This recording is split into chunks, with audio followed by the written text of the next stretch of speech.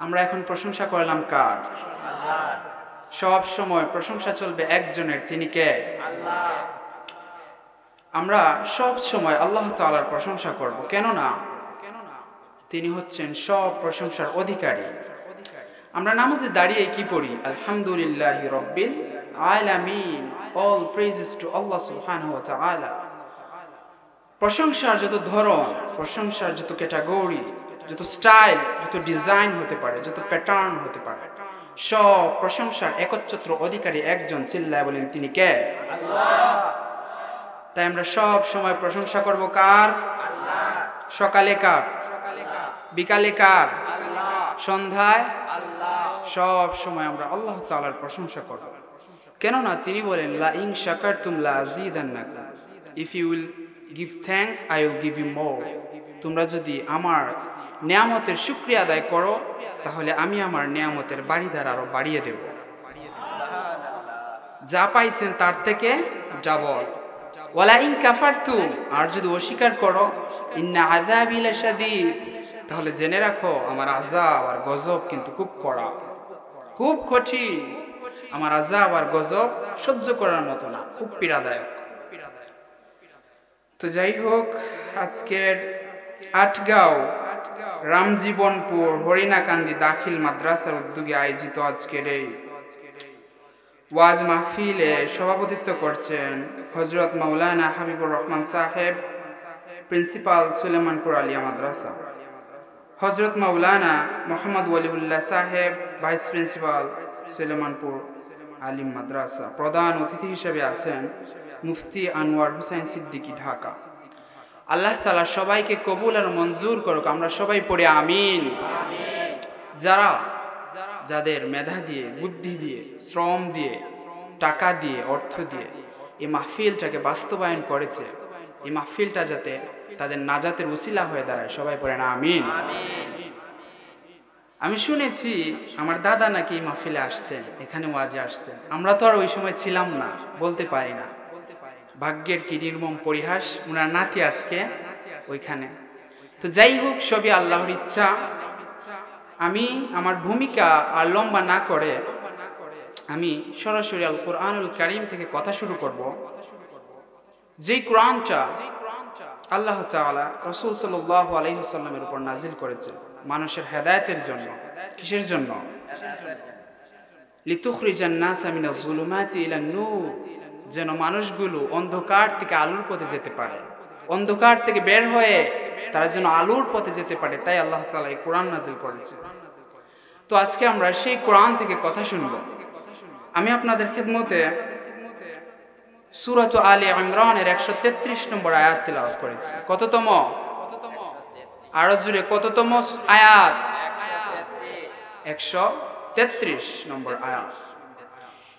এই সূরার এই আয়াত, এই যে সূরা থেকে আল্লাহ তাআলা এই আয়াতটা বললেন, সূরাটার নাম হচ্ছে সূরাত আলে ইমরান, অর্থাৎ ইমরানের ফ্যামিলি বা পরিবার। আরবিতে আমরা জানি পরিবার বা ফ্যামিলি বোঝাতে দুইটা শব্দ ইউজ করা হয়, একটা হচ্ছে আল আর একটা হচ্ছে আহল। আহল শব্দটা পরিবারের ক্ষেত্রে, আবার আল শব্দটা পরিবারের ক্ষেত্রে। তবে পার্থক্য হলো, ডিফারেন্ট হলো এই জায়গায় যে আল শব্দটা শুধু ডিগনিফাইড এন্ড প্রেস্টিজিয়াস ফ্যামিলির ক্ষেত্রে ব্যবহৃত হয়, হোক তা সম্মানিত কিংবা অসম্মানিত, তবে ফেমাস, সবাই চিনে, এরকম ফ্যামিলির ক্ষেত্রে আল দিয়ে শুরু করা হয়। আবার সাধারণ কিংবা অসাধারণ, সাধারণ কিংবা এই নামি দামি হোক কিংবা সাধারণ হোক, সবার ক্ষেত্রে আহল শব্দটা ব্যবহার করা হয়। তাদের ক্ষেত্রে কোন শব্দ? আহল শব্দ। যেমন বিশ্বনবীর পরিবারটাকে বলা হয় আহলে বাইত, কারণ ওনারা ছিলেন সম্মানিত, তাই ওইখানে আহল শব্দটা ব্যবহার করা হয়। আর যেহেতু আলে ইমরান, ইমরানের ফ্যামিলিটা আল্লাহ তাআলার কাছে প্রিয় ছিল, তাই তিনি আল শব্দটি ইউজ করেছেন। কারণ ইমরান ছিলেন হযরত মারিয়াম আলাইহিস সালাতু ওয়াস সালামের পিতা। কি ছিলেন? পিতা। হযরত ঈসা আলাইহিস সালামের নানা। সুবহানাল্লাহ। তো এই ফ্যামিলিটা আল্লাহ তাআলার কাছে এতটুকু প্রিয় হলো যে আল্লাহ তাআলা তার ফ্যামিলির নামে একটা সূরা দিলেন। সুবহানাল্লাহ, একটা সূরা দিলেন। আবার দেখেন এই আল দিয়ে আল্লাহ তাআলা আলে দাউদ বলেছেন। আলে ফিরাউন বলেছেন, অর্থাৎ তারা প্রেস্টিজিয়াস ফ্যামিলি, তাই আল শব্দ ইউজ করেছেন। তো এই সূরাটাও আল্লাহ তাআলা আল দিয়ে শুরু করলেন, আলে ইমরান, ইমরানের ফ্যামিলি দিয়ে শুরু করলেন। তো এই সূরার মধ্যে রব্বুল আলামিন বলছেন, وسارعوا إلى مغفرة من ربكم وجنة عرضها السماوات والأرض। রব্বুল আলামিন এই সূরার মধ্যে আমাদের পথ বলে দিলেন, আমরা কোন পথে যাব। আমরা ডানপন্থী হব নাকি আমরা বামপন্থী হব। রব্বুল আলামিন এই আয়াতের মধ্যে তিনি ঘোষণা দিয়ে দিয়েছেন, ডানের মধ্যে আছে আল্লাহর ক্ষমা আর দয়া। ডান দিকে কি? আল্লাহর ক্ষমা আর দয়া আর ভালোবাসা। আর বাম দিকে আছে আল্লাহ তাআলার ক্রোধ, রাগ আর জাহান্নাম। তো আমরা কোন দিকে যাব? আমরা ডান দিকে যাব। মনে রাখবেন, আমরা এত কি কেন এই যে পুক লাইটটা একটু দূরে দিলে ভালো হতো। তো যাই হোক, সমস্যা নাই।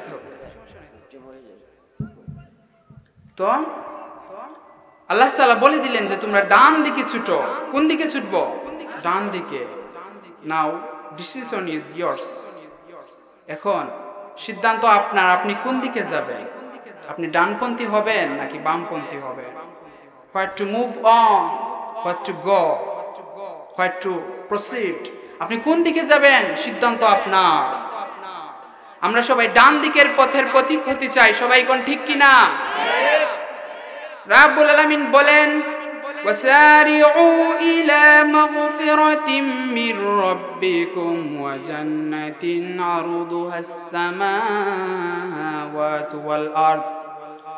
ওয়াসারিউ, রব্বুল আলামিন সব বিশ্বাসীদেরকে ডাক দিয়ে বলছেন, তোমরা ছুটো, তোমরা দৌড়াও, তোমরা প্রতিযোগিতা করো। ইলা মাগফিরাতিম মির রাব্বিকুম, তোমরা তোমাদের রবের ক্ষমার দিকে ধাবিত হও। কিসের দিকে? রবের ক্ষমার দিকে তোমরা প্রতিযোগিতায় লেগে যাও। ওয়া জান্নাতিন আরদুহাস সামাওয়াতু ওয়াল আরদ, আর ওই জান্নাতের প্রতিযোগিতায় নেমে যাও যে জান্নাত আসমান আর জমিন মিশ্রিত। এত বড় জান্নাত রব্বুল আলামিন আমাদেরকে তার ক্ষমার দিকে প্রতিযোগিতা করতে বলেছেন। আমরাও দেখা যায় দুনিয়ার জমিনে প্রতিযোগিতা করি, কিন্তু ক্ষমার প্রতিযোগিতা করি না। আমরা সব প্রতিযোগিতা করে শুধু টাকা কামানোর প্রতিযোগিতা। কেউ যদি 2 তলা বিল্ডিং তুলে, তাহলে আমরা তার সাথে প্রতিযোগিতা করে 5 তলা বিল্ডিং তুলি। আমরা প্রতিযোগিতা করে ক্ষমতার চেয়ারে বসতে চাই, প্রতিযোগিতা করে কোটি কোটি টাকা ইনকাম করতে চাই, কিন্তু কেউ আল্লাহর ক্ষমার দিকে প্রতিযোগিতা করে না। রব্বুল আলামিন তার ক্ষমার দিকে দৌড়ানোর জন্য, প্রতিযোগিতা করার জন্য, তার ক্ষমার দিকে প্রতিযোগিতা করার জন্য তিনি বলেছেন, তারপরে বলেছেন, ওয়া জান্নাতিন আরদুহাস সামাওয়াতু ওয়াল আরদ, আর এমন জান্নাতের দিকে প্রতিযোগিতা করো, এমন জান্নাতের দিকে তোমরা ছুটো যেই জান্নাত আসমান আর জমিন মিশ্রিত।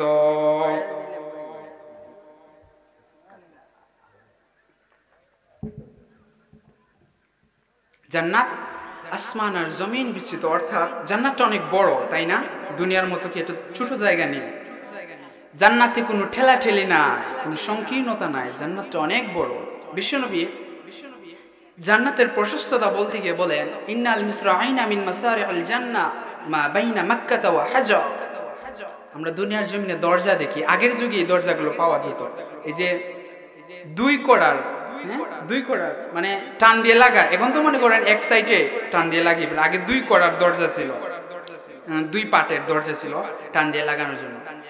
তো বিশ্বনবী বলেন, শুনো শুনো, জান্নাতের একটা দরজার একটা পাট হবে তত দূর, মক্কার সৌদির মক্কা শহর থেকে বাহরাইন শহর যত দূর, সৌদির মক্কা শহর থেকে বাহরাইনের হাজার শহর যত দূর, জান্নাতের একটা দরজার দূরত্ব হবে ততটুক। কত বড় জান্নাত, বিশাল বড় জান্নাত। আল্লাহ তাআলা মুত্তাকি বান্দাদের জন্য বানিয়ে রেখেছেন। তারপর তিনি বলেছেন উইদ্দাত লিল মুত্তাকিন।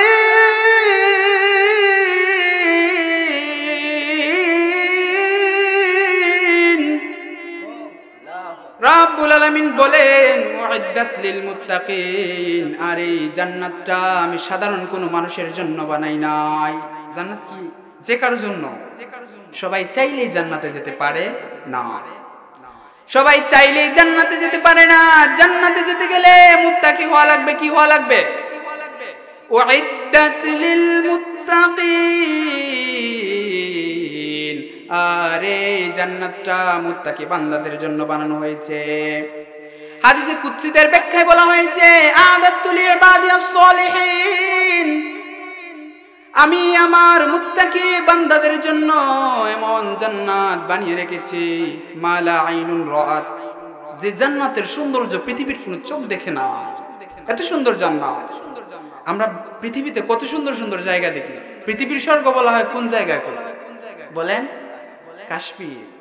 কাশ্মীর কত সুন্দর না? তারপর সুইজারল্যান্ড কত সুন্দর, কিন্তু না, যত সুন্দরই হোক পৃথিবীতে কোন চোখ এত সুন্দর দেখে না। জান্নাতে তো সুন্দর। মালা আইনুন রাত, পৃথিবীর কোন চোখ এত সৌন্দর্য দেখে নাই। ওয়ালা উযুনু সামিআত, পৃথিবীর কোন কান এত সুন্দর সাউন্ড শুনে নাই। জান্নাতের এত সুন্দর সাউন্ড, জান্নাতের সাউন্ড এত সুন্দর। আমরা তো দুনিয়ায় কত গান শুনি, একটার পর একটা গান বের হয়, মার্কেটে চলে, আবার কয়েকদিন পরে আর ভালো লাগে না, ঠিক কি না?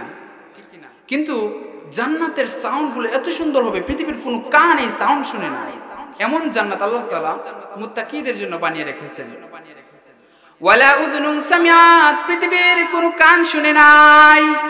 ওয়ালা খাতারা আলা কলবি বাশার, জান্নাত কতটুকু সুন্দর হতে পারে তা মানুষ অন্তর দিয়েও কল্পনা করতে পারে না। আপনি যতটুকু চিন্তা করার করেন, যতটুক ভাবার ভাবেন যে কতটুক সৌন্দর্য আপনি ভাবতে পারেন, আপনি কল্পনায় আনেন, কিন্তু যতটুক সৌন্দর্যই আপনি যান না কেন আপনার কল্পনার মধ্যে, বিশ্বাস করেন জান্নাতের নাজ নিয়ামতের কাছেও আপনি যেতে পারবেন না। এত সুন্দর জান্নাত। তো আল্লাহ তাআলা এই জান্নাত মুত্তাকি বান্দাদের জন্য বানিয়েছেন। আমরা এক আয়াতের তাফসীর বুঝলাম। এখন আসেন কোরআনের বর্ণনা ভঙ্গিটা। আল্লাহ তাআলার একটা সিস্টেম হচ্ছে, আল্লাহ তাআলা যখন বলেন কাফিরিন, তখন কাফির কারা তাদের পরিচয় দেন। কি করেন? তাদের পরিচয় দেন। যখন বলেন মুনাফিকিন, তখন মুনাফিক কারা তাদের পরিচয় দেন। আবার যখন বলেন মুত্তাকিন, তখন মুত্তাকি কারা তাদের পরিচয় দেন। এখানে আল্লাহ তাআলা বলেন নাই ওয়া'আদ্দাত লিল মুত্তাকিন, কারণ আল্লাহ তাআলা মুত্তাকিন বলেছেন, তাহলে এখানে আল্লাহ তাআলা মুত্তাকিদের গুণাবলীগুলো বলেন। মুত্তাকি কারা, তাদের এই গুণাবলীগুলো এখন আসবে। 5টা গুণাবলী শোনাবো আজকে। কয়টা? এক আয়াতের তাফসীর বুঝলাম, আল্লাহর ক্ষমা আর জান্নাতের দিকে দৌড়াতে হবে, যে জান্নাত মুত্তাকিদের জন্য বানানো হয়েছে। তো মুত্তাকি যেখানে বলেন, এখানে কি করেন? মুত্তাকিদের পরিচয় দেন। যেমন কোরআনের প্রথমে আল্লাহ তাআলা বলেন যালিকাল কিতাব লা রাইবা ফি, this is the book whereof there is no doubt, no suspicion, no mistakes, no error, হুদাল লিল মুত্তাকিন, this is the guidance for মুত্তাকিন। এটা মুমিনদের জন্য পথ প্রদর্শক। কোরআন এমন এক কিতাব যাতে কোনো ভুল নাই, কোনো সন্দেহ নাই, কোনো সংশয় নাই, কোনো সংশয় নাই। এটা এমন কিতাব। তারপরে আল্লাহ তাআলা বলেন মুত্তাকি কারা, আল্লাযীনা ইয়াকিমুনাস সালাতা ওয়া মিম্মা রাযাকনাহুম ইউনফিকুন। তো এখানেও দেখা যায় আল্লাহ তাআলা মুত্তাকির বর্ণনা দিচ্ছেন। আবার এখানে উ'আদ্দাত লিল মুত্তাকিন বলে তারপর মুত্তাকি কারা তাদের পরিচয় দিচ্ছেন আল্লাহ তাআলা। আল্লাহ তাআলা বলেন উ'আদ্দাত লিল মুত্তাকিন, এই জান্নাতটাই মুত্তাকিদের জন্য বানিয়েছেন। তো এবার চলুন মুত্তাকি কারা এটা আমরা বুঝি। মুত্তাকির পরিচয় রাব্বুল আলামিন কোরআনের মধ্যে দিচ্ছেন। তিনি বলেন আল্লাযীনা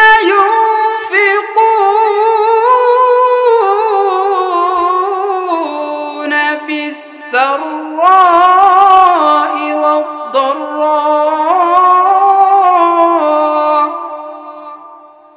রাব্বুল আলামিন বলেন শুনো শুনো আমার মুত্তাকি বান্দা কারা তোমরা শুনে রাখো। মুত্তাকি বান্দাদের প্রথম নাম্বার গুণাবলী হচ্ছে ইউনফিকুনা ফিস সাররাই ওয়াদ-দাররা, মুত্তাকি বান্দারা সুখে দুঃখে সব সময় একজনের জন্য দান করে, চিল্লায় বলেন তিনি কে? মুত্তাকি বান্দারা সব সময় আল্লাহর খুশির জন্য দান করে, গোপনে প্রকাশ্যে সব সময় দান করে। কার জন্য? আল্লাহর জন্য। সব সময় মুত্তাকিরা আল্লাহর জন্য দান করে। সময় ভালো বেশি বেশি দান করে, সময় খারাপ কম কম দান করে, কিন্তু দানের অব্যাহত রাখে, দান চালিয়ে যায়, দান বন্ধ করে না। এটা হচ্ছে মুত্তাকিদের প্রথম নাম্বার গুণ। তারা সুখে দুঃখে সব সময় আল্লাহর জন্য দান করে। মদিনায় সবচেয়ে গরিব সাহাবী ছিলেন হযরত বেলাল রাদিয়াল্লাহু তাআলা আনহু। বিশ্বনবী বেলাল রে ডাক দিয়ে বলেন, ইয়া বেলাল, ইয়া বেলাল, আনফিক ইয়া বেলাল, ও বেলাল তুমি আল্লাহর রাস্তায় দান করো রে বেলাল। এখন বুঝেন কোন বেলালকে বিশ্বনবী দান করার জন্য বলেছেন? যেই বেলাল মদিনার মধ্যে সবচেয়ে গরিব সাহাবী, হাবশী গোলাম ছিলেন, দেখতে একদম কুচকুচে কালো ছিলেন, কিন্তু অন্তরটা ধবধবে সাদা ছিল। ওই রকম গরিব সাহাবীকে বিশ্বনবী বলেছেন, আল্লাহর রাস্তায় বেলাল দান করো। বেলাল কতটুকু গরিব ছিলেন শুনে রাখুন। বেলাল রাদিয়াল্লাহু তাআলা আনহু এতটাই গরিব ছিলেন যে ওনার লজ্জাস্থানটা ঢাকার মতো শুধু একটা লুঙ্গি ছিল। লজ্জাস্থান ঢাকার মতো একটা লুঙ্গি ছিল, এছাড়া আর কোনো কাপড় ছিল না। এই লুঙ্গিটাই ছিল তার সম্পদ। ওনার সম্পদ ছিল এই লুঙ্গিটাই, আর কোনো সম্পদ ছিল না। এরকম আমরা কেউ আছি যে শুধু একটা লুঙ্গি আমার, আর কিছু নাই? আছেন? কেউ নাই। তার মানে আমরা সবাই ভালো আছি, আলহামদুলিল্লাহ, অনেক ভালো আছি। তো বেলাল রাদিয়াল্লাহু তাআলা আনহুকে বিশ্বনবী বলেন, ও বেলাল আল্লাহর রাস্তায় দান করো রে বেলাল, কারণ তোমার রব এমন রব যেই রবের ধনভাণ্ডারে কোনো অভাব নাই, যেই রবের ধনভাণ্ডারে কোনো কমতি নাই। বিশ্বনবী বলেন, এই পৃথিবীর সব মানুষগুলো এক প্ল্যাটফর্মে চলে আসে, এই পৃথিবীর সব মানুষগুলো এক মাঠের মধ্যে যদি চলে আসে আর এসে আল্লাহরে বলে, আল্লাহ আমার এটা লাগবে ওটা লাগবে, তাদের সব ডিমান্ডস সব চাহিদাগুলো যদি আল্লাহ তাআলা পূরণ করে দেয়, তাহলে রব্বুল আলামিনের ধনভাণ্ডার থেকে 1 ইঞ্চিও কমবে না। সুবহানাল্লাহ। রব্বুল আলামিন এত ধনভাণ্ডারের মালিক, সবার সব ইচ্ছে যদি তিনি পূরণ করে দেয় তাহলেও ওনার ধনভাণ্ডার থেকে কমবে না। উনি হচ্ছেন এমন রব। তাহলে আমরা বুঝলাম মুত্তাকির প্রথম নাম্বার গুণ, মুত্তাকিরা সুখে দুঃখে সব সময় দান করে আল্লাহর খুশির জন্য। আবার রাব্বুল আলামিন বলেন, মাসালুল লাযীনা ইউনফিকুনা ফি সাবিলিল্লাহি কামাসালি হাববাতিন আমবাতাত সাবআ সানাবিলা ফি কুল্লি সুম্বুলাতিন মিআতু হাব্বা। রাব্বুল আলামিন বলেন, তোমাদের মধ্যে কেউ যদি দান করে তার দানের উদাহরণটা হচ্ছে ওইরূপ। কেউ যদি একটা চারা রোপণ করে তাহলে ওই চারা থেকে একটা বীজ যদি কেউ রোপণ করে তাহলে ওই বীজ থেকে 60টা ডাল বের হয়। ওই 60টা ডালের মধ্যে 100 করে শস্য দানা হয়, সব মিলিয়ে 700 শস্য দানা হয়। তদ্রূপ তোমাদের মধ্যে কেউ যদি আল্লাহর রাস্তায় 1টা টাকা দান করে তাহলে ও 1টা টাকাকে আল্লাহ তাআলা 700 গুণে বাড়িয়ে দেন। সুবহানাল্লাহ। 700 গুণে আল্লাহ তাআলা বাড়িয়ে দেন। কি করেন? আল্লাহ তাআলা 700 গুণ বাড়িয়ে দেন। হাসরের ময়দানে বান্দাকে যখন আমলনামা দেওয়া হবে, দানশীল বান্দাকে যখন আমলনামা দেওয়া হবে, দানশীল বান্দা তার আমলনামা দেখে বলবে, আল্লাহ এটা তো আমার আমলনামা নয়, তোমার ফেরেশতারা ভুল করে অন্যের আমলনামা আমারে দিয়ে দিছে, কারণ দুনিয়ার জমিনে আমি এত নেক কাজ করি নাই, আমার নেকের পাহাড় হওয়ার তো কথা না, তোমার ফেরেশতারা ভুল করেছে। রাব্বুল আলামিন বলেন, না না, আমার ফেরেশতারা ভুল করতে পারে না, এটা তোমারই আমলনামা।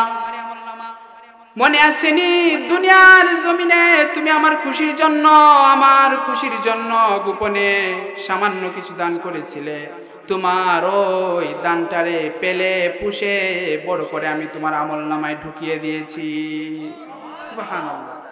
আমলনামা দেখে তো দানশীল অবাক, হায় হায়, আমি তো এত আমল করি নাই, আমি তো এত আমল করি নাই, এত আমল আসলো কোত্থেকে? বুখারীর বর্ণনা, কামা ইউরাব্বি আহাদুকুম ফুলুওয়াহু, কেউ যদি তোমরা গাবি পালন করো, গাবি বাছুর পালন করি না আমরা, ছোট বাছুর পেলে পুষে বড় করি, তারপর ওইটা আবার বাচ্চা দেয়, আবার বড় করি, এইভাবে যেভাবে আমরা গাভীর বাছুর পালি, ওইভাবে আল্লাহ তাআলা আপনার দানটাকে পেলে পুষে বড় করে আপনার আমলনামায় ঢুকিয়ে দেয়। সুবহানাল্লাহ। তাই দান করার দরকার আছে না নাই? বেশি বেশি দান করবে। দুনিয়ার জমিনে আল্লাহ তাআলা দানশীল ব্যক্তিকে আল্লাহ তাআলা দুনিয়ার জমিনে 10 গুণ বাড়িয়ে দেন। কয় গুণ? 10 গুণ দুনিয়ার জমিনে আল্লাহ তাআলা বাড়িয়ে দেন। একবার ফাতেমা রাদিয়াল্লাহু তাআলা আনহা অসুস্থ হয়ে গেলেন। তিনি আলী রাদিয়াল্লাহু তাআলা আনহুকে বললেন, ও আমার স্বামী, যদি একটা আনার ফল খেতে পারতাম, আনার ফল মানে ডালিম, যদি একটা আনার খেতে পারতাম মনে হয় শরীরটা সুস্থ লাগতো। তিনি ঘর থেকে বের হয়ে আনার খোঁজার জন্য চলে গেলেন। অনেক খোঁজাখুঁজি করে একটা আনার পেলেন। রাস্তা দিয়ে আসতেছেন, পথিমধ্যে এক ভিক্ষুক আনার দেখে বলল, আমি অনেক দিন থেকে খাই না, আমি অসুস্থ, আমাকে যদি অর্ধেকটা আনার দিতেন তাহলে উপকৃত হতাম। হযরত আলী রাদিয়াল্লাহু তাআলা আনহু চিন্তা করেন, ওয়া আম্মা সাইলা ফালা তানহার, সাইল যখন চায়, ভিক্ষুক যখন ভিক্ষা চায় তখন তারে ফিরিয়ে দিতে দিয়ে দেই, অর্ধেকটা আনার দিয়ে দিচ্ছে। দিয়ে দেওয়ার পর ওই ভিক্ষুক অর্ধেকটা আনার খেয়ে আবার বলছে, যদি পুরাটা খেতে পারতাম তাহলে মনে হয় পেট একবারে ভরে যেত, সুস্থ হয়ে যেতাম, পুরোটা খেতে পারলে ভালো লাগতো। কোন আলী রাদিয়াল্লাহু তাআলা আনহু তো বেকায়দা, ওইদিকে আমার স্ত্রী আমারে পাঠাইছে আনার জন্য, আর এইদিকে ধরছে ভিক্ষুক, আর আল্লাহর বিধান, ওয়া আম্মা সাইলা ফালা তানহা, যদি কোন সাইল তোমাদের কাছে কিছু চেয়ে বসে তাহলে তাকে ফিরিয়ে দিও না। আলী তো বেকায়দা, উনি বলছেন, যা দিয়ে দি আল্লাহর প্রতি, ফিসাবিলিল্লাহ, দিয়ে দিলেন একটা আনা। উনি রাস্তা দিয়ে হেঁটে হেঁটে আসছেন আর ভাবছেন আমার স্ত্রীর কাছে কি বলবো।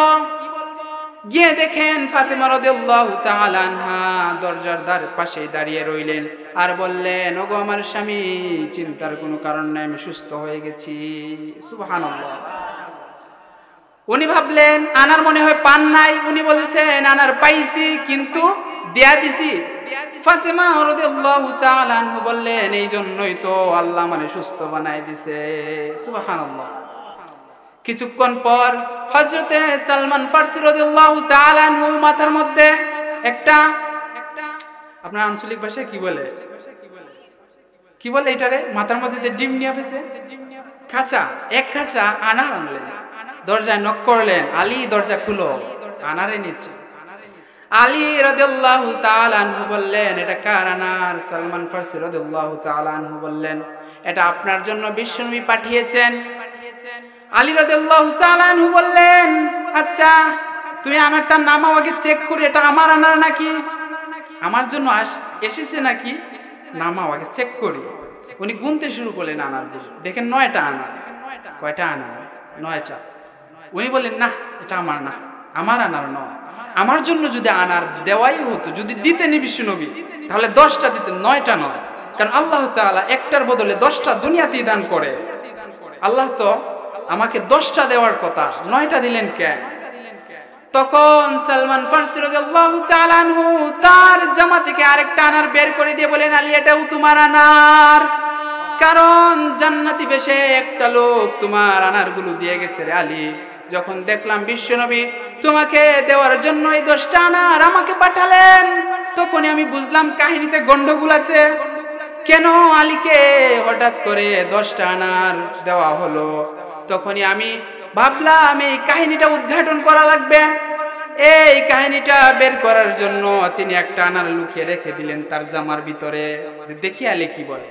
আলী রাদিয়াল্লাহু তাআলা বললেন, ও তাই নাকি, তাহলে তো এটা আমার আনার, এটা আমার জন্য এসেছে। কারণ তাদের বিশ্বাসটা দেখেন, এখানে কিন্তু দান ছাড়াও আরেকটা বিষয়ের উদাহরণ দেওয়া যায়, তাদের ঈমানটা দেখছেন কতটুকু শক্ত। উনি ভাবছেন যে আল্লাহ বলছে 10 গুণ, জাস্ট এটাই কথা, 10 গুণই দিবেন, 10 গুণই আসছে। সুবহানাল্লাহ।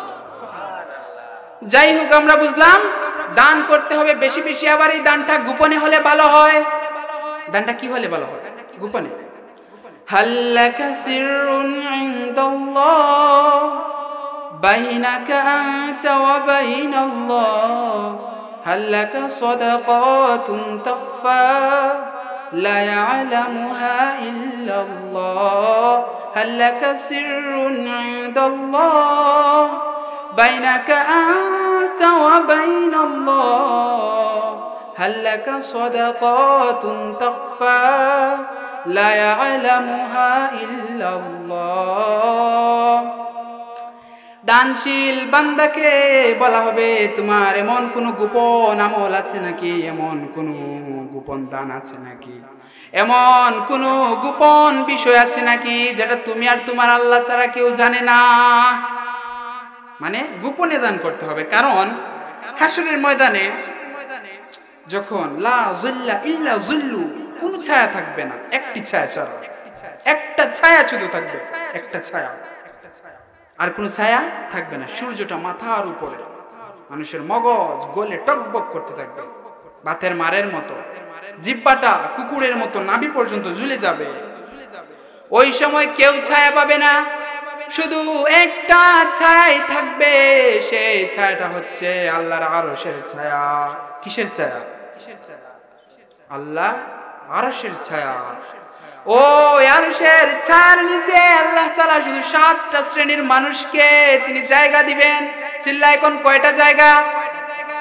7টা শ্রেণীর মানুষকে তিনি ওই ছায়ার নিচে জায়গা দিবেন। তার মধ্যে একটা শ্রেণী হলো রাজুলুন তাসাদ্দাকা বিসাদাকা ফাআখফাহা হাত্তা লা তা'লামু শিমালুহু। এটা জায়েজ নয়। তো দেখিয়ে দেখিয়ে দান নয়। দান কিভাবে? গোপনে, রাত্রের আধারে। আপনি রাস্তার পাশ দিয়ে হেঁটে যাচ্ছেন, পাশেই মসজিদ, রাস্তার মধ্যে একটা কুকুরও নাই, একবারে নিস্তব্ধ নীরব, কেউ নাই, কেউ দেখি না। পকেটের মধ্যে 50 টাকার একটা নোট, 100 টাকার একটা নোট। ওই নোটটা যদি আপনি গোপনে আল্লাহর রাস্তায় দান করে দেন, তাহলে বিশ্বাস করুন, হারাম টাকা দিয়ে, সুদের টাকা দিয়ে, ঘুষের টাকা দিয়ে মসজিদ বানানোর চাইতে আপনার দানের পাওয়ার হবে।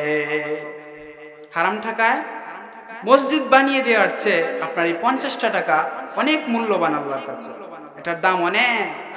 রাব্বুল আলামিন বলেন, ইন তুবদুস সাদাকাতি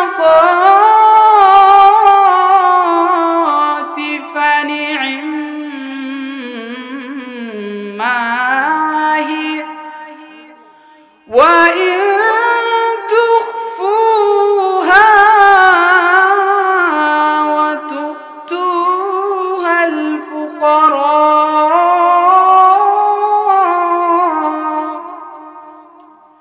রাব্বুল আলামিন বলেন, তোমরা যদি প্রকাশ্যে দান করো তাহলেও তোমাদের জন্য হয়ে যাবে, আর যদি গোপনে দান করো তাহলে সেটা তোমাদের জন্য উত্তম। কি? গোপনে দান তোমাদের জন্য উত্তম। তো আমরা বুঝলাম মুমিনদের, মুত্তাকিদের প্রথম নাম্বার গুণ, তারা সুখে দুঃখে সব সময় দান করে। কার জন্য? সুখে দুঃখে সব সময় দান করতে হবে। একটা হাদিস আপনাদেরকে শোনাই। একবার তাবুকের যুদ্ধে বিশ্বনবী চাঁদা চাইলেন, যে সাহাবীরা আমাকে চাঁদা দাও, যুদ্ধ মুজাহিদ ভাইদের কাজে লাগবে। সব সাহাবীরা বাড়ির দিকে রওনা, দান করবে। আলী রাদিয়াল্লাহু তাআলা আনহু বাড়ির দিকে গেলেন, ওমর, আবু বকর রাদিয়াল্লাহু তাআলা আনহু বাড়ির দিকে গেলেন, ওমর রাদিয়াল্লাহু তাআলা আনহু বাড়ির দিকে গেলেন। তো ওমর রাদিয়াল্লাহু তাআলা আনহু বাড়িতে গিয়ে সব সম্পত্তি এক জায়গায় করে অর্ধেক করে এক ভাগ নিয়ে আসছেন, দান করবেন যুদ্ধে। উনি দান নিয়ে আসছেন, হেঁটে হেঁটে এসে উনি তো খুশি, ওমর রাদিয়াল্লাহু তাআলা আনহু খুশি যে আজকে আমি আবু বকরকে হারায় দিমু, কারণ আমি তো অনেক কিছু দান করতেছি। আবু বকরের তো এত সম্পত্তি নাই, দান করবে কোথা থেকে? উনি অনেক খুশি যে আজকে আমি আবু বকরকে হারায় দিব। উনি দান করে এনে দিলেন। বিশ্বনবী, ইয়া রাসূলুল্লাহ, এটা আমার দান। বিশ্বনবী উনাকে দেখে বললেন, ওমর কি এনেছো? ওমর কি এনেছো? পয়েন্টটা এই জায়গায় মনে রাখেন। প্রশ্নটা কি করলেন? ওমর কি এনেছো দান করার জন্য মুজাহিদ ভাইদের জন্য? আর দূর থেকে দেখে যায় ওমর, আবু বকর ছোট্ট একটা পুতলি নিয়ে উনি হেঁটে হেঁটে আসছে। আবু বকরকে জিজ্ঞেস করলেন, আবু বকর তুমি বাসায় কি রেখে এসেছো? সুবহানাল্লাহ। কথাটাকে আমি বুঝাতে পারছি? উমর রাদিয়াল্লাহু তাআলা আনহুর বেলায় বললেন, ওমর তুমি কি এনেছো? আর আবু বকর রাদিয়াল্লাহু তাআলা আনহুর বেলায় বললেন, আবু বকর তুমি বাসায় কি রেখে এসেছো? দুইটার মধ্যে ব্যবধান আছে না নাই? উমর রাদিয়াল্লাহু তাআলা আনহু এটা শুনেই বুঝে গেলেন যে উনার আর টাইম নাই আবু বকরের কাছে। আবু বকর জিতে গেছে। কারণ এই প্রশ্নের মধ্যে তো অনেক ব্যবধান। গড়ে কি রেখে এসেছে তার মানে সব যা আছে সবকিছু নিয়ে এসেছে। উনি দান করতে করতে উনার গড়ের কিছু নাই। আবু বকর রাদিয়াল্লাহু তাআলা আনহুর গড়ে কিছু নাই। হাদিসের মধ্যে আসছে তিনি শুধু গায়ের একটা জুব্বা ছিল, এই জুব্বাটা মুজাহিদ ভাইদের জন্য নিয়ে এসেছেন। সুবহানাল্লাহ। এতটুকুই উনার দান, এতটুকুই উনার দান। বিশ্বনবী বলেন, আবু বকর ঘরের মধ্যে কি রেখে এসেছ? তিনি বলেন, আল্লাহর রাসূলের বরকত রেখে এসেছি। আমি যখন ঘর থেকে আসছিলাম ঘরের দেয়ালগুলো আমি থাপড়ায় থাপড়ায় আসছি যেন কোনো একটা সুইও বাদ না পড়ে।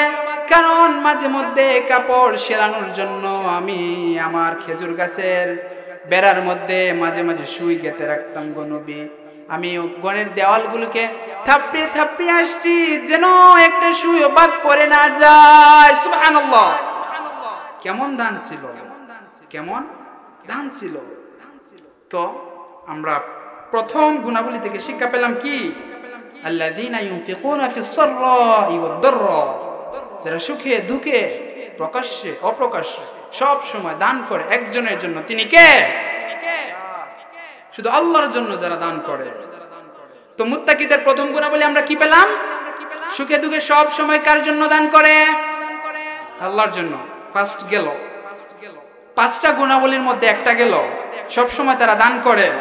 দ্বিতীয় হচ্ছে ওয়াল কাযিমিনাল গায়জ।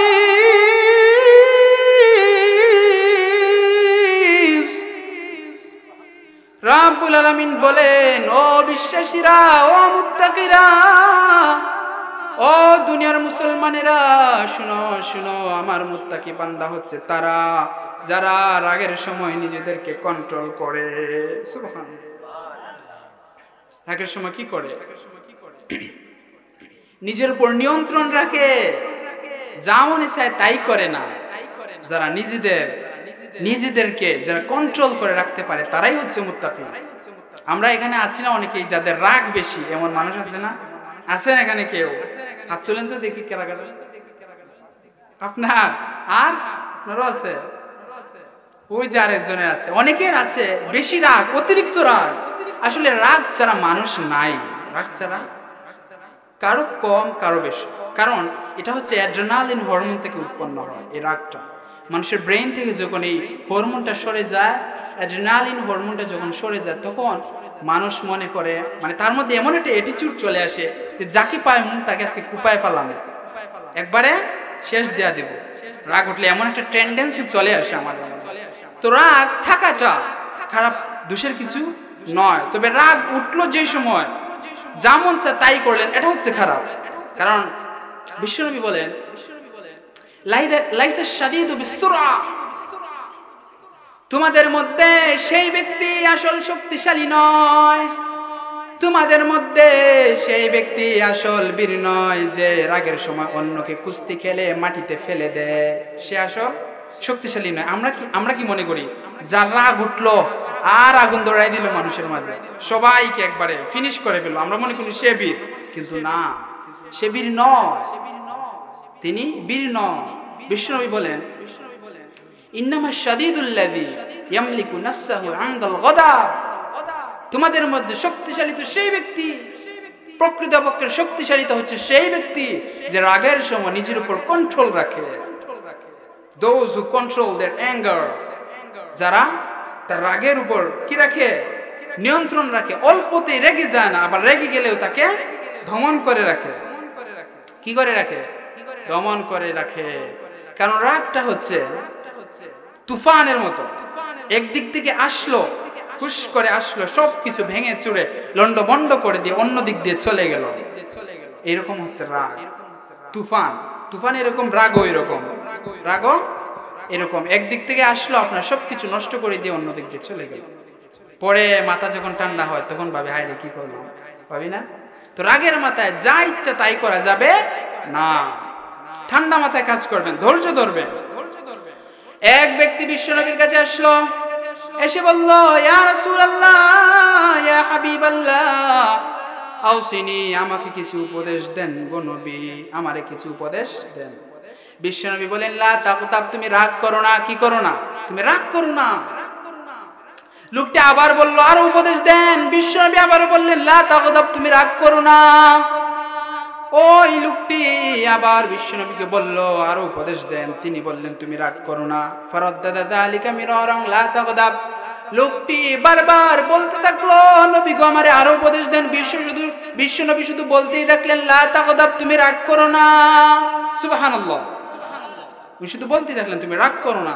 কারণ রাগ মানুষের সবকিছু নষ্ট করে দেয়। বন্ধুত্বের মধ্যে সম্পর্ক নষ্ট করে রাগ, বাবা ছেলের মধ্যে সম্পর্ক নষ্ট করে রাগ, স্বামী আর স্ত্রীর মধ্যে ডিভোর্স ঘটে এই রাগের কারণে। রাগের মাথায় তালাক দেয়া ফেলে, আছে না নাই? রাগের মাথায় 100 তালাক, 200 তালাক, 3 তালাকের বদল দেয়া পড়ে গিয়া হুজুরের কাছে মাসলা তো যে হুজুর রাগের মাথায় তো দিয়া ফেলছি, এখন কাজ হবে নাকি? রাগের মাথায় দেন আর যে কোনো মাথায় দেন, তালাক দিলেই তা কার্যকরী হয়ে যায়। তো সো কেয়ারফুল, বি কেয়ারফুল। রাগ যখন আসে সাবধান, অনেক কিছু হয়ে যেতে পারে রাগের মাথায়। তাই রাগ দমন করে রাখবেন। বিশ্ব নবীর এমন চরিত্র ছিল, এমন অনুপম চরিত্রের অধিকারী ছিলেন তিনি কখনোই রেগে যেতেন না। মক্কার কাফেরেরা, মক্কার মুশরিকরা, মক্কার মূর্তি পূজকরা বিশ্ব নবীকে কতই অপমান করেছে, কত অন্যায় করেছে, কত অত্যাচার করেছে। ওনাকে পাগল বলতো, ওনাকে জাদুকর বলতো, ওনাকে কত মারধর করেছে। উনি যখন নামাজে দাঁড়াতেন, উটের পচা নাড়ি বুড়িয়ে নিয়ে ওনার মাথায় দিয়ে দেওয়া হতো, তাও তিনি রাগ করেন নাই। কোন সময় রাগ করেননি তিনি মুচকি হেসে দিতেন। সুবহানাল্লাহ। হযরত আনাস রাদিয়াল্লাহু তাআলা আনহু এর হাদিস, তিনি বলেন, কুনতু আমশি মা রাসূলুল্লাহ সাল্লাল্লাহু আলাইহি ওয়াসাল্লাম, কোন এক সময় আমি নবী করিম সাল্লাল্লাহু আলাইহি ওয়াসাল্লামের সাথে সফর করছিলাম, কোথাও যাচ্ছিলাম। তখন তার গায়ে একটা চাদর পরানো ছিল, গলিজুল হাসিয়া, যে চাদরের কর্নারটা ছিল অনেকটা খসখসে টাইপের, অনেকটা খসখসে আবার শক্ত টাইপের, শক্ত টাইপের একটা চাদর ছিল। বুরদুন নাজরানি, নাজরান থেকে আগত একটা চাদর। তখন এক ভিক্ষুক আসলো, ভিক্ষুক এসে ভিক্ষা চাইলো, চাদর ধরে একটা টান মারলো, চাদর ধরে একটা টান মেরে বলে, মুহাম্মদ আমারে বাইতুল মাল থেকে কিছু ভিক্ষা দাও।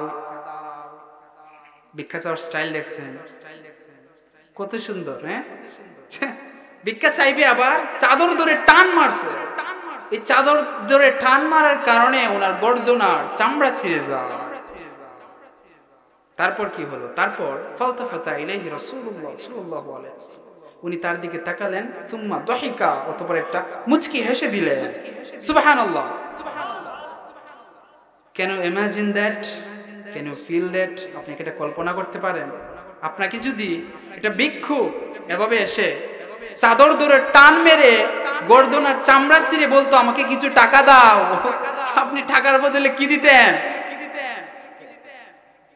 কি দিতেন?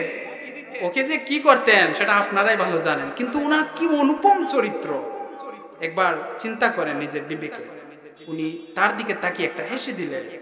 উনি বললেন, যাও ওকে বাইতুল মাল থেকে কিছু টাকা দিয়ে দাও। আমরা টাকা তো দিতামই না, উল্টা আরো কিছু চড়তাপ্পর সাথে ফ্রি দিয়ে দিতাম। তো যাই হোক, এটা ছিল তার চরিত্র। বিশ্ব নবী কত মার খেলেন, কত নির্যাতনের শিকার হলেন। মক্কার কাফেরেরা অত্যাচারে স্টিম রুলার চালিয়ে দিল বিশ্ব নবীর উপর।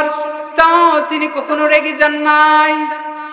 তিনি শুধু রাখতেন একটা সময়, যখন আল্লাহর বিধানের অমান্য কিছু হয়ে যেত, আল্লাহর বিধান যখন লঙ্ঘিত হয়ে যেত, তখন তিনি রেগে যেতেন। আল্লাহর বিধান লঙ্ঘন হয়ে গেলে তিনি রেগে যেতেন। একবার এক সাহাবী বিশ্ব নবীর কাছে এসে বলে, ইয়া রাসূলুল্লাহ, ইয়া হাবিবাল্লাহ, আপনি আমাদের এলাকায় এমন এক ইমাম পাঠিয়েছেন যে ইমাম এমন লম্বা সূরা ধরে আমাদের নামাজে দাঁড়িয়ে থাকতে কষ্ট হয়, এত লম্বা সূরা দিয়ে নামাজ পড়ে। আমরা সারাদিন কাজ করি, আমরা শ্রমিক সাহাবী, কাজ করার পর বিশ্রাম নেওয়ার সময় এত লম্বা নামাজ, এশার নামাজে যখন দাঁড়ায় এত লম্বা নামাজ দাঁড়ায়, আমরা দাঁড়িয়ে থাকতে পারি না গো নবী।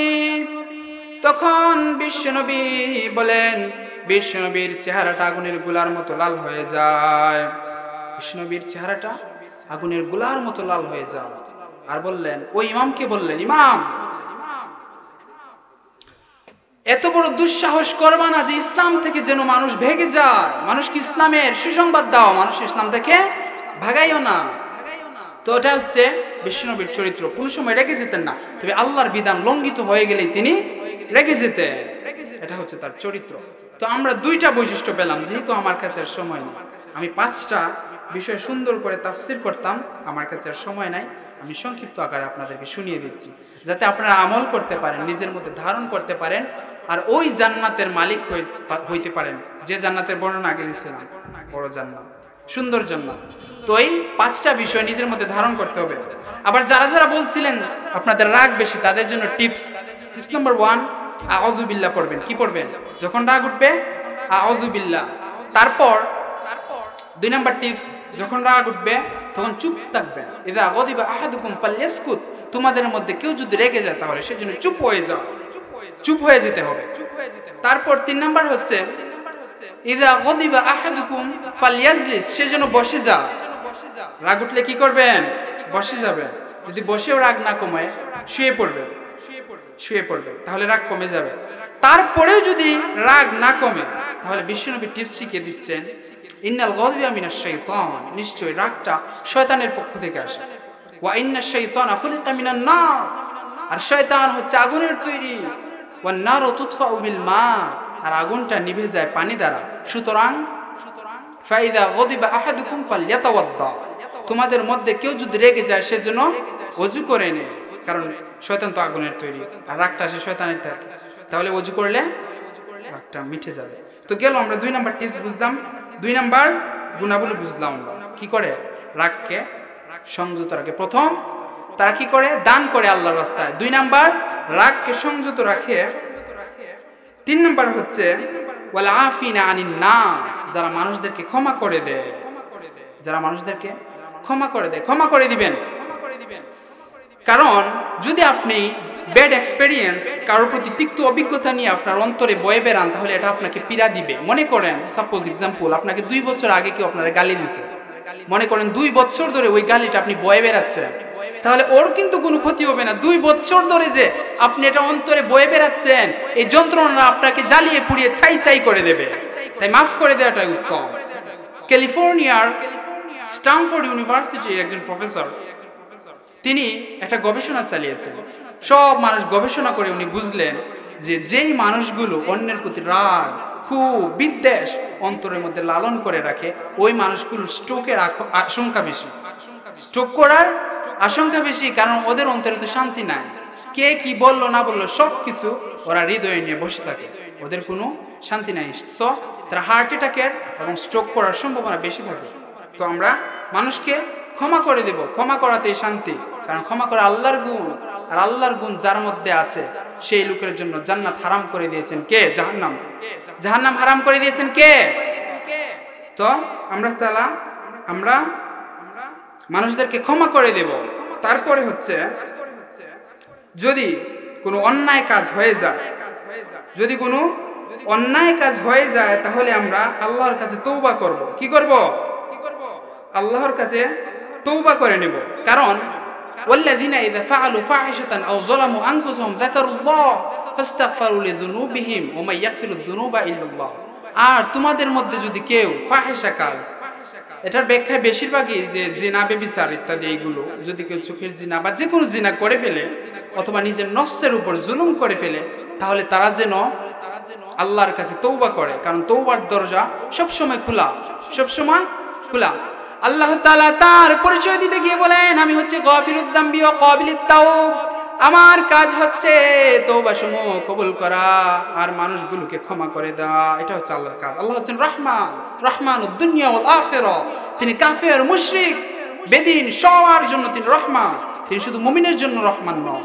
রহমান শব্দের ব্যাখ্যা হচ্ছে রহমানুদ দুনিয়া ওয়াল আখিরা। তিনি সবার জন্য রহমান, দুনিয়া আর আখিরাতের জন্য তিনি রহমান।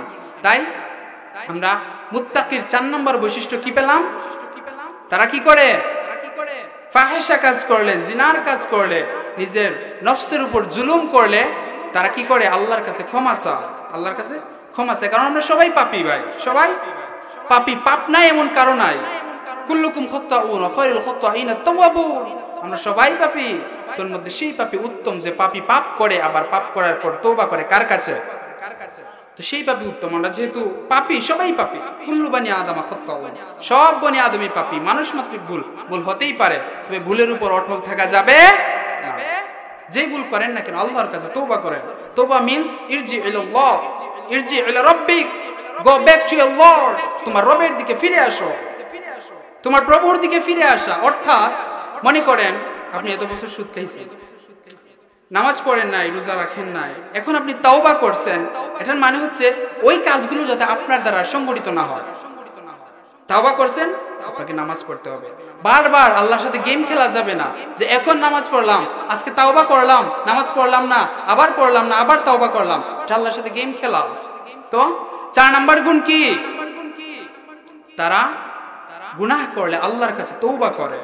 আর 5 নাম্বার হচ্ছে তারা ওয়ালাম ইউসিরু আলা মা ফাআলু ওয়া হুম ইয়ালামুন। আর যারা বারবার ওই গুনাহের কাজে যায় না। মুত্তাকিদের 5 নাম্বার গুণ, যারা বারবার ওই গুনাহের কাজে যায় না, ওই গুনাহের কাজ তারা পরিত্যাগ করে। তো এটা হচ্ছে আমাদের জান্নাতে যাওয়ার টিপস। 5টা টিপস, মুত্তাকিদের 5টা গুণাবলী। মুত্তাকিদের 5টা গুণাবলী আলোচনা প্রথম থেকে বোঝাতে পারছি আমি তাফসীরগুলো। প্রথমে আল্লাহ তাআলা বললেন মাগফিরাত আর জান্নাতের দিকে দৌড়াও, মুত্তাকিদের জন্য এই জান্নাত আমি বানিয়ে রেখেছি। তারপর মুত্তাকিদের 5টা গুণাবলী তিনি স্টেপ বাই স্টেপ আলোচনা করেছেন। 5টা গুণাবলী আমি অনেক সময়ের দরকার ছিল। আচ্ছা যাই হোক, যেহেতু সময় নাই আমি সংক্ষিপ্ত আকারে আপনাদেরকে বলে দিলাম। এই 5টা গুণ যাতে আল্লাহ তাআলা আমাদের মধ্যে আমলের মধ্যে ফিট করে দেন, আর আমরা যাতে বাস্তবায়ন করে নিজেদের জীবনে, বাস্তব জীবনে আমরা এই 5টা গুণ আমরা যাতে আমল করে বাস্তবায়ন করে আমরা যাতে ওই জান্নাতের মালিক হতে পারি। আল্লাহ তাআলা তুমি তৌফিক দান করো, আমিন। ওয়া আখির দাওয়ানা আলহামদুলিল্লাহি রাব্বিল আলামিন। আসসালামু আলাইকুম ওয়া রাহমাতুল্লাহ।